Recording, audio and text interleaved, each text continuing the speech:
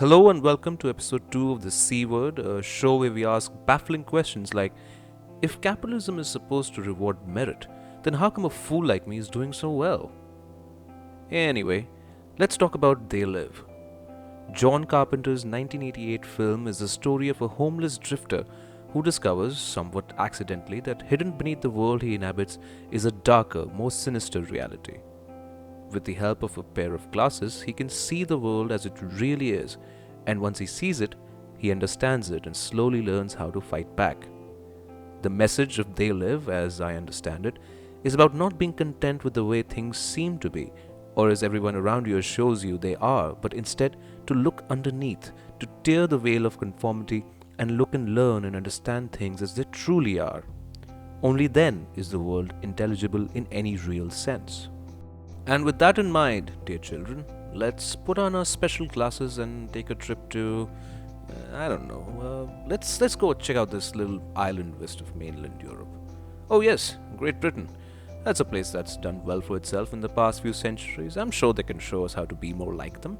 A developed, advanced economy. I'm certain a lot of it has to do with the enterprising spirit of the English, which helped them achieve unmatched greatness and prosperity over the last 500 years, that built the greatest empire the world had ever seen, and which continues to have unparalleled influence over literature, philosophy, science, economics, music, film, and sport in the modern world. I'm sure underneath all of its treasures, its gold, crowns, jewels, palaces, cathedrals, museums, and art, is sound economics, and of course the indomitable grit and spirit of the Englishman. I guess we'll just put on our glasses, just to be sure. It's a mere formality, of course. Okay, so here we go. Holy what was that? Wait, I gotta look at that again just to be sure. Are those tens of millions of people who died from famines in colonial India? That can't be right. Let's look at something else and try again. That has to be the victims of the opium trade in China. This is bad. This is really, really bad. And wait, is that one of the thousands of women and children that perished in the British concentration camps during the Boer Wars? Okay, I can't look at any more of this sick. Let's just look at British leaders. I'm sure they're good, hard-working, humble people. I mean, the current Prime Minister is a bit of a buffoon, but hey, everybody liked this guy. Tony Blair, he was cool, and he partied with Noel Gallagher. Oh, there's the Iraq invasion. Well, I think we just gotta go a little back. What about the Iron Lady, Maggie Thatcher? She was a strong and bold leader, wasn't she? Oh, hell, there's the union-busting and growing income inequality. What about Churchill? Wasn't he the one that defeated Hitler? Yeah, everybody loves him, right? Oh no, there's even more dead Bengal famine victims. Honestly, this is just too much. Okay, one last thing, let's just look at the Queen of England. At least, she seems to be a nice old lady who loves horses. Well, apparently not. It turns out she's really a grotesque evil monster sitting on a pile of stolen gold. I guess there's no turning away from the fact that the Queen, her ancestors, and the entire British ruling class over the last 500 years are really just leeches that have enriched themselves from the bounty of a global empire that murdered, starved, degraded, humiliated, and exploited hundreds and hundreds of millions of people. I mean, all of Britain's prosperity is nothing but the blood-stained loot squeezed out of the limbs and bones and tissue of men, women, and children, of peasants and slaves and indigenous peoples. I suppose a little exercise of piercing the veil to look at the reality underneath has been quite depressing. But hey, at least we've cleared some misconceptions about how Britain became the developed country it is today. I guess it's got nothing to do with grit or entrepreneurial abilities. Turns out that the real answer is...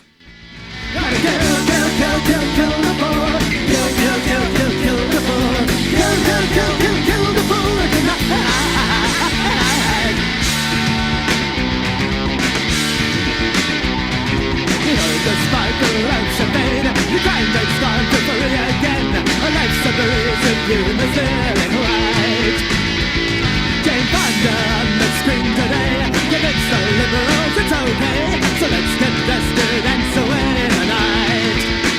Oh, kill the poor, kill the poor.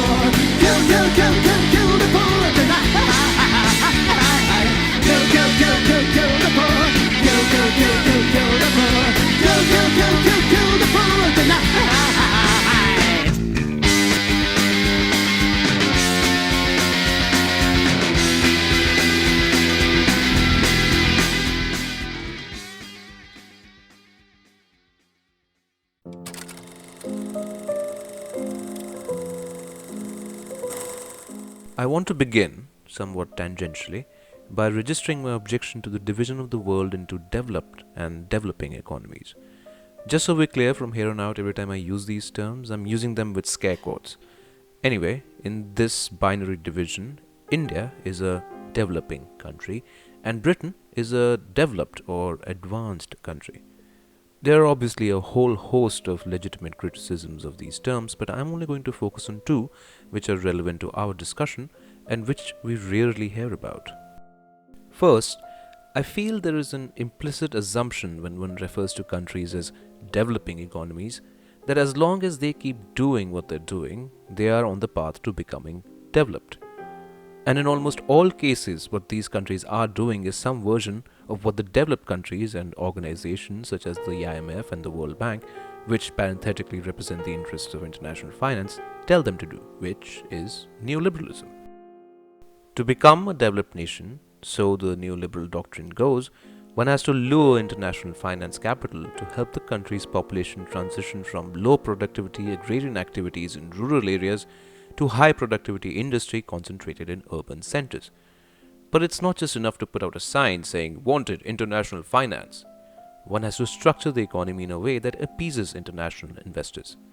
These structural measures include the breakdown of trade barriers, unrestricted flow of capital into and out of the country, emphasis on fiscal discipline and anti-inflationary monetary policy, privatization of productive state-owned enterprises, and subduing the power of labor unions and working people, among others. Central to the neoliberal dogma, and it is a dogma, is that with these structural measures in place, market forces can and do provide the economic growth that will lead to the country attaining the developed nation status. So that's my first problem. The term developing country is loaded with a kind of inevitability that neoliberal economic policies will lead to high economic growth necessary to become a developed country. But it is actually not inevitable and nobody ever really questions it. Now, I know what you're thinking. It's a tiny thing to nitpick, and yes, we lefty types are all insufferable pedants and we love to criticize just for the sake of it. But I have one more problem with this terminology that will make your indulgence worthwhile, I promise. And it is not so much an assumption, but a kind of an implication that proceeds from the usage of these terms, which is that the way so-called developed countries got to where they are is by following the same neoliberal policies that are prescribed to developing countries today. We look at rich countries and we want to be like them, and we ask them, hey, how do we get all those nice rich country looks and feels? And they respond with neoliberalism, and we're like, great, they seem to know what they're talking about. They got really rich, so this must be the way they did it, and we should get on that right away. The problem is that this unspoken yet extremely influential implication is absolutely and totally false. So-called developed countries did not develop by following neoliberal policies at home. If we are truly concerned with finding out the reality of how these countries developed, it would be impossible to ignore the central role that imperialism played in the industrialization of colonizing countries. The people at the IMF may truly believe that developing countries can become like developed countries peacefully if they just patiently follow neoliberal policies for a few decades. But if the industrialization of the rich countries is any indication, not only is the actual process of industrialization not peaceful at all, but it is in fact soaked in imperial bloodletting and immense domestic turmoil.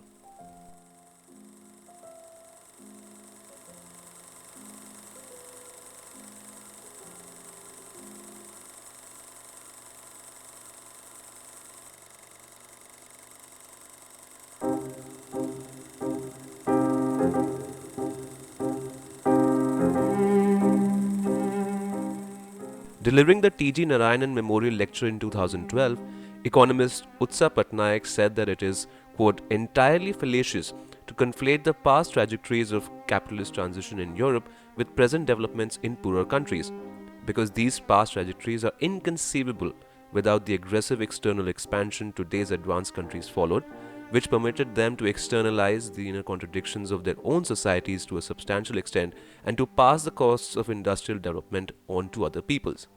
She adds, successful industrialization was an outcome of colonialism and imperialism in ways which cannot be replicated today by developing countries even should they wish to do so. nor does there exist any modern substitute avenue for externalizing the contradictions of capitalist trajectory.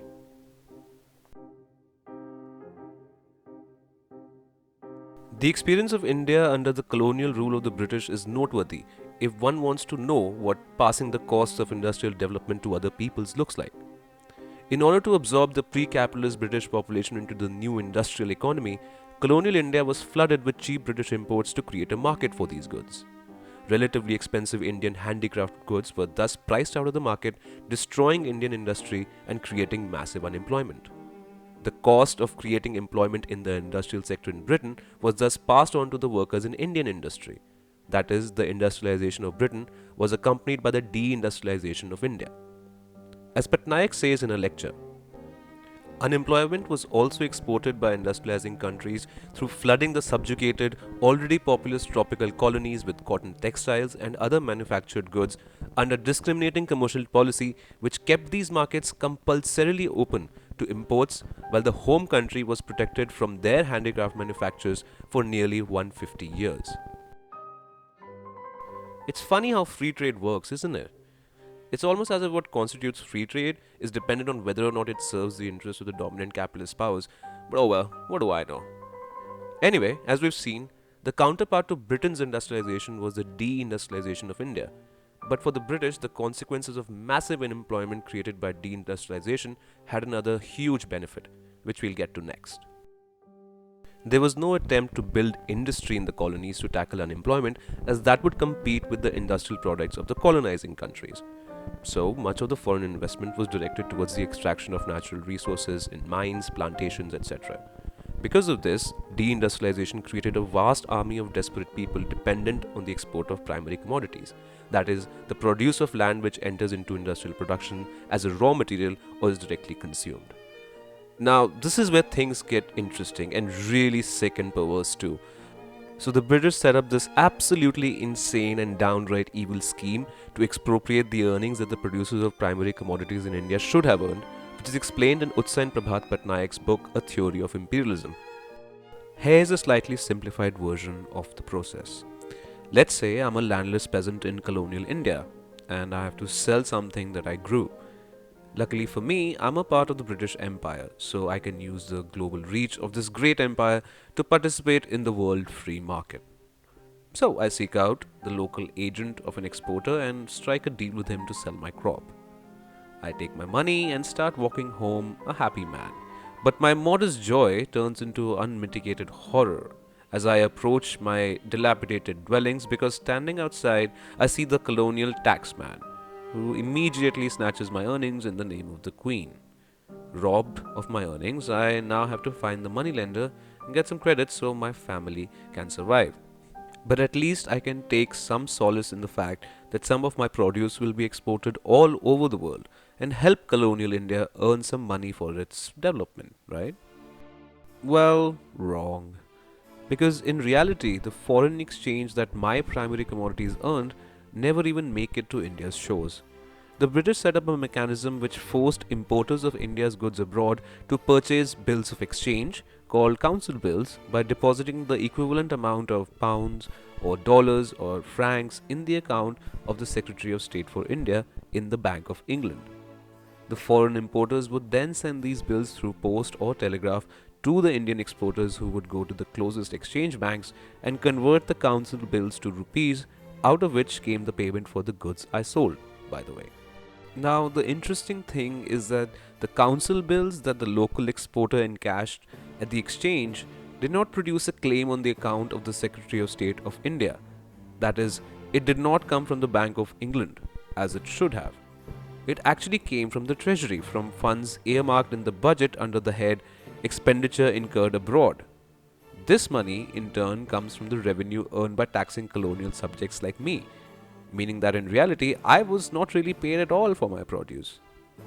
Meanwhile, all the foreign exchange earnings actually deposited with the Secretary of State for India in the Bank of England are, through making up fictitious administrative charges like home charges, claimed as a debit against India vis-a-vis Britain.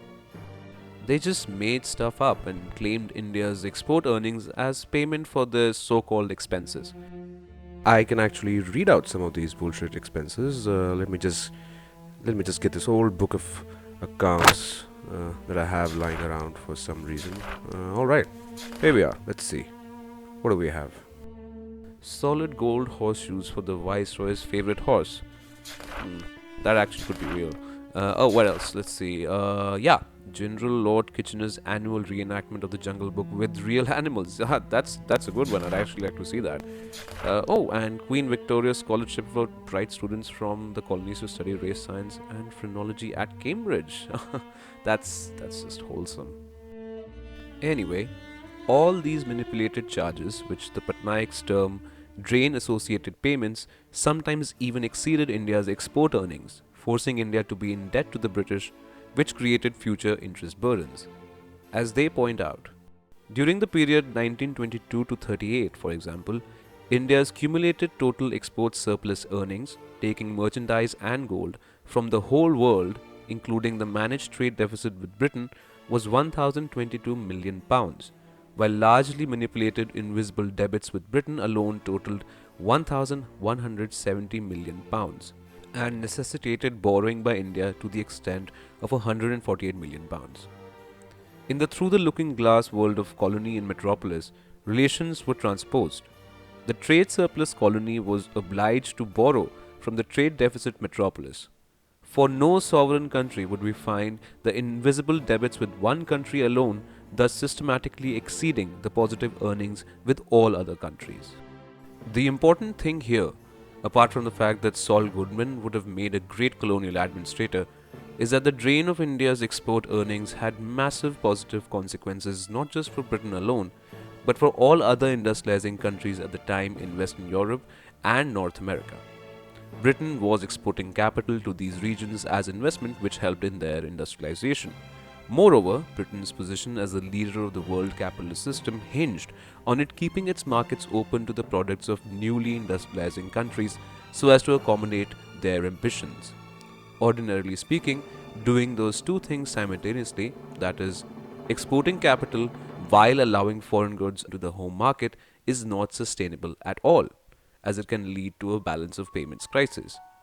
But the appropriation of the colonies' earnings made the system work. Britain was exporting capital to the very countries with which it had current account deficits, thus running up very large balance of payments deficits with them. By 1913, its combined balance of payments deficit with the European continent and the United States reached 145 million pounds.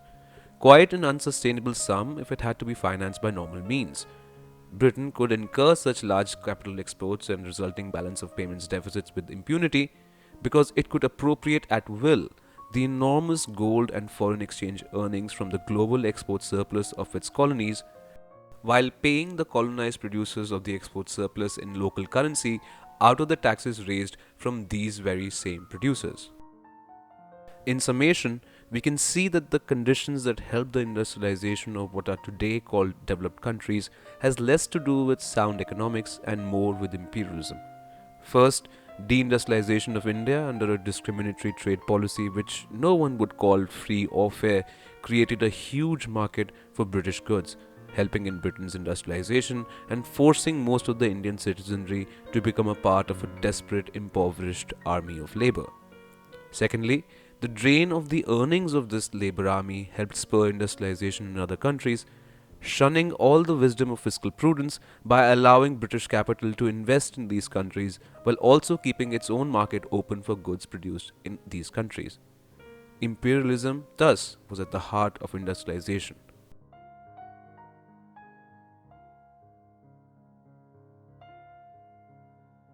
But we're far from done. Despite all the favorable conditions imperialism created for colonizing countries and their offshoots in the New World to industrialize, the actual process of industrialization was extremely turbulent.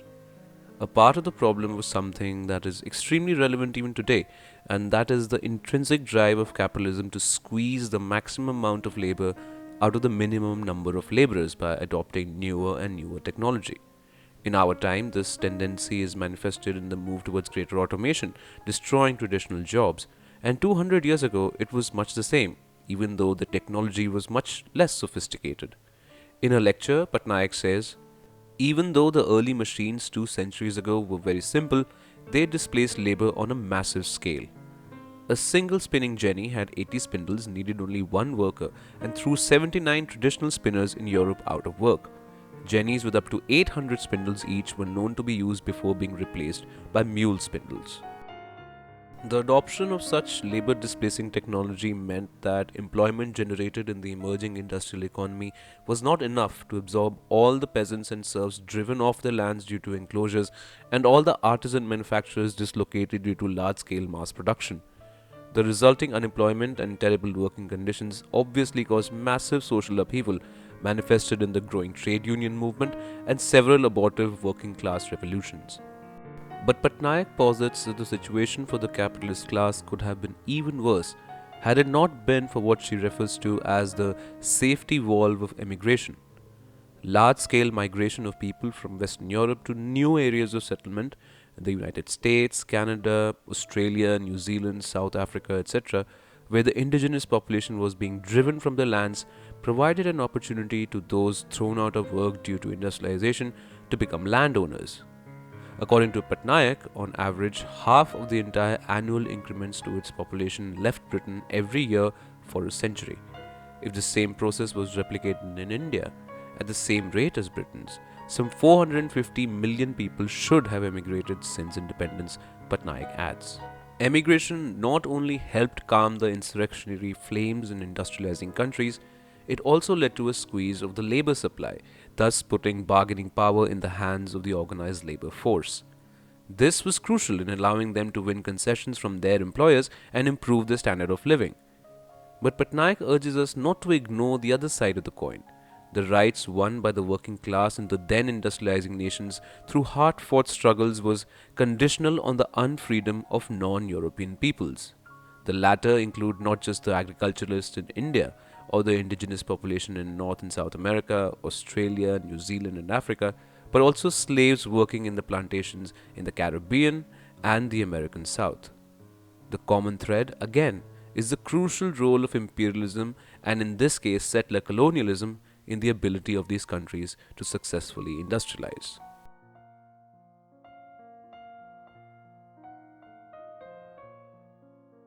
The funny thing is that once you know this, and you go down the list of so-called developed countries, it's difficult to ignore that most of the countries in there have been beneficiaries of imperialism either directly or indirectly.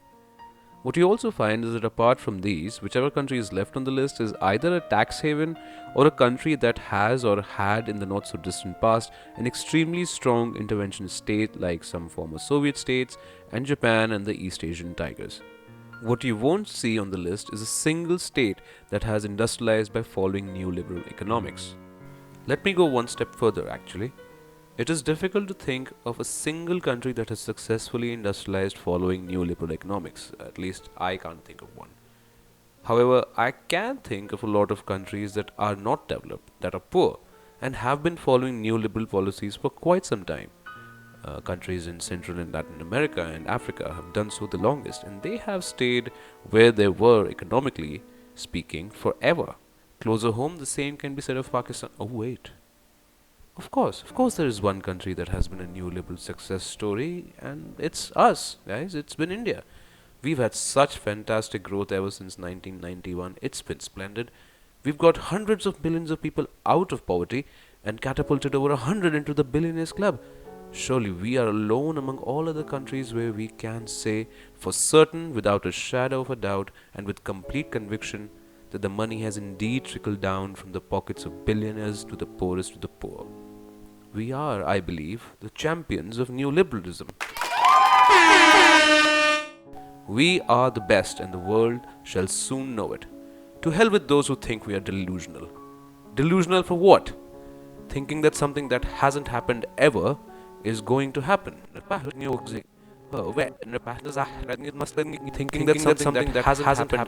something that hasn't happened delusional is going to happen. Delusional.